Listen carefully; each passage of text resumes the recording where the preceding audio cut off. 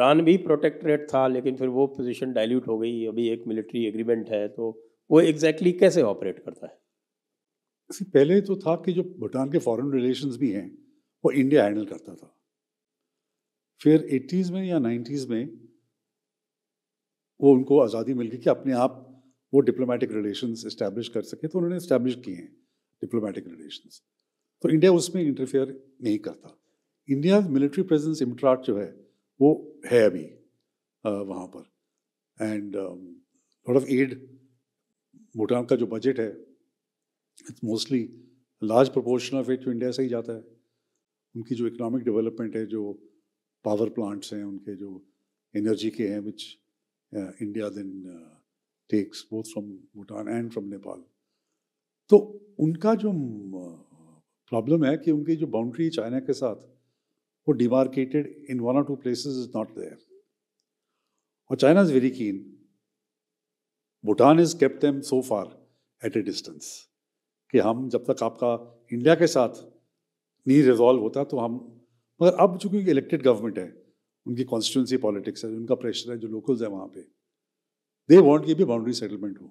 तो इंडिया का इन्फ्लुएंस है, मिलिट्री इन्फ्लुएंस भी है because of the training mission, but वो जैसे पहली जैसी बात नहीं है कि that it was a, as you mention, protectorate, वो नहीं। क्योंकि भूटान में पहले भी आई थिंक 80s में, अर्ली 80s में वहाँ पे एक तरह का हम कह सकते हैं कि नेपाली हिंदूज का जेनोसाइड भी हुआ था और वहाँ से निकाल दिए गए थे। वो भी एक इशू है जिस पे उस टाइम पे इंडिया ने कोई ज़्यादा ऑब्जेक्शन नहीं किया, और वो ज़्यादातर वो सारे के सारे अब इंडिया में ही आके सेटल्ड है। तो अब ये जो इलेक्ट्रल पॉलिटिक्स उनकी है, वैसे तो ये it is a constitutional monarchy, तो वो जो इलेक्ट्रल पॉलिटिक्स है वो भी लिमिटेड इलेक्ट्रल पॉलिटिक्स है, वो they can not challenge the monarchy as such. तो अगर मान लीजिए कल को जैसे डोकलाम वाला एरिया है, वहाँ पर वो कोई ऐसा एग्रीमेंट करते हैं जो भारत के इंटरेस्ट के एडवर्स हो, तो भारत के पास क्या ऑप्शंस रहेंगे? क्योंकि वो चुम्बी वैली, याटुंग वाला जो एरिया है, दैट इज़ वेरी क्रिटिकल।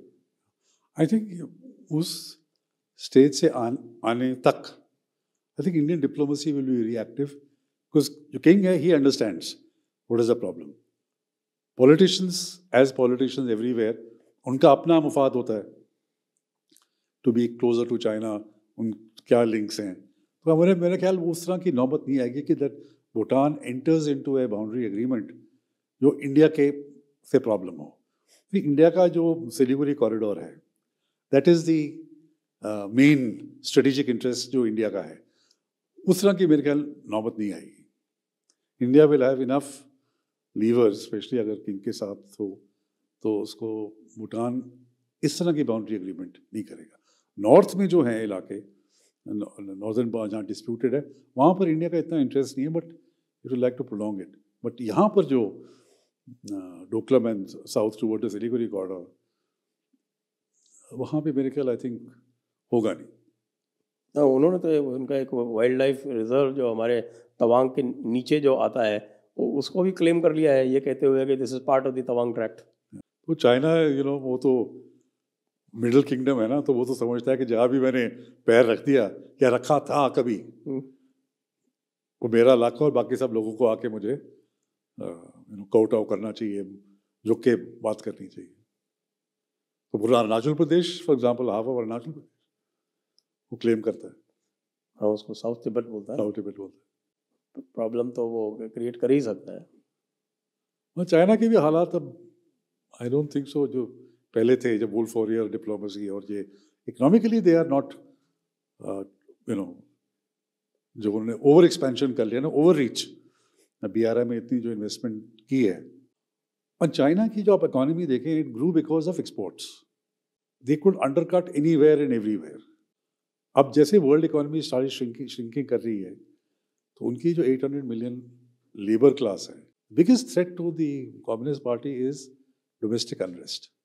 अब जब लोगों के पास जॉब्स नहीं रहे, और एटलीस्ट लेस, क्योंकि एक्सपोर्ट इतनी हो नहीं रही, डेट बहुत बढ़ गया है from the local municipalities, industries have shut down, real estate करके, तो चाइना की भी position, and then 2 other things जो चाइना के हैं, एक तो उनकी पानी की प्रॉब्लम है, and it's an ageing population. India के तो young population and growing young population, China is an ageing population. अच्छा, पॉपुलेशन का इफेक्ट बहुत सालों के बाद पता चलता है, पर दे ऑल्सो नो इतने साल उन्होंने वन चाइल्ड पॉलिसी नहीं, उसके अब नतायज आज तभी वो कह रहे हैं produce more children, produce more. अब ये तो फैक्ट्री नहीं है ना कि बटन दबाया और बच्चे पैदा हो गए, ऐसे तो नहीं होता.